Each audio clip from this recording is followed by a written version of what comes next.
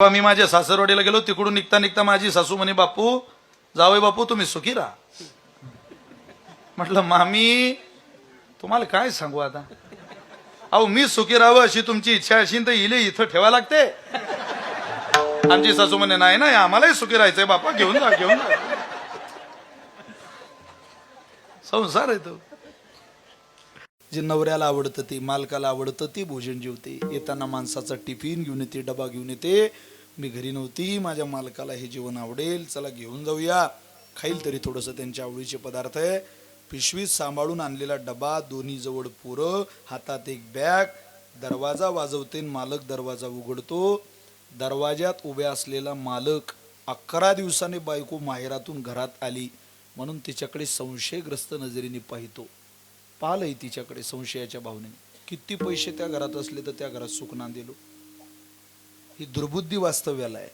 11 वाजेला लोकलची ट्रेन पकडून घरी येणारा मालक, त्याच्याकडे बाईनं संशयाच्या नजरेनं पाहावं. एकदा माणसाचं पाऊल दुर्बुद्धीच्या दिशेने पडलं ना, समाजाला आवडायला चेहरा बनवण्याकरता 1 मिनिट खर्च करावा लागतो, 1 मिनिट. पण ज्ञानोबा यांना आवडणारा चेहरा बनवायला अख्खं आयुष्य खर्च करावं लागतं महाराज, पूर्ण जीवन. त्याच्याशिवाय आपण समाजाला आवडणारा चेहरा बनवू शकतो, पण चेहरा तो बनवला पाहिजे ज्या चेहऱ्याकडे पाहून तुकोबारांचा चेहरा पडू नये. अनेक कीर्तनं केली तुम्ही, पण तुम्ही कधी माझ्या अभंगाचं चिंतन मांडत असताना, त्या अभंगाचा भाव सांगत असताना समाजाकडे पाहून दिशेला भटकला नाहीत. असं एकदा तरी तुकोबारांनी म्हणावं ना. कधीतरी कीर्तनकारालाही तुकोबारे प्रश्न विचारतील ना. जर पाप्याला प्रश्न तुकोबारे विचारतात नाही, त्या यमासी करुणा हे सांगायला तुकोबारे विसरत नाही. बाहेर काढिता कुडी प्राणा जैसे उढाळ सापडे धन्या, चोर यातना धरी येतो. हे तुकोबारांनी मला असं वाटतं साधका करतात सांगितलेलं आहे. भल्या माणसा, जगाचं जाऊ दे रे, तू तरी सुधर, तू तरी माझा ऐक, तू तरी तुझा प्रवास थांबव.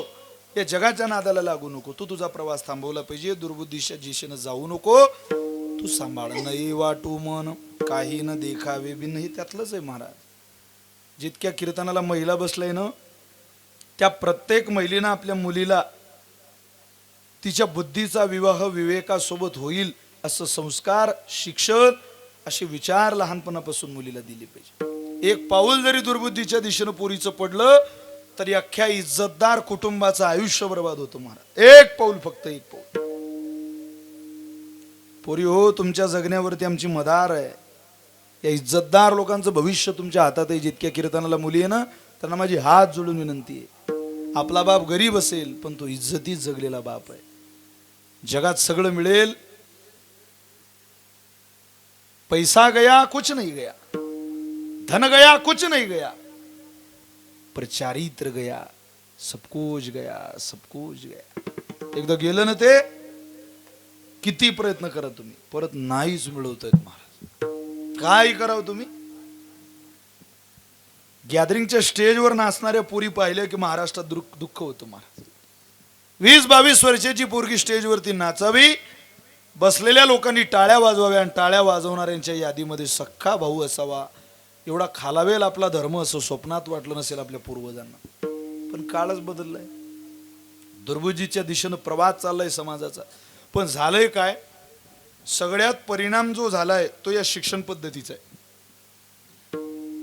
आधी शिक्षण पद्धती गुरुकुलाची होती, आता गुरुकुल गेलं आणि कुलगुरू आले, आणि कुलगुरूंनी विविध पद्धती आपल्या समोर मांडल्या. तुमचा आपलंच पाहणं काळ बरा होता 20 वर्ष अगोदरचा, खरंच चांगला काळ होता. आपल्या घरात किती चॅनल होते टीव्हीत, प्रामाणिकपणाने सांगा. किती होते?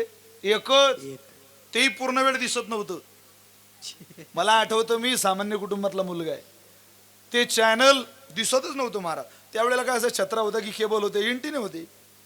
मी असा पत्रावर चढायचो आणि तो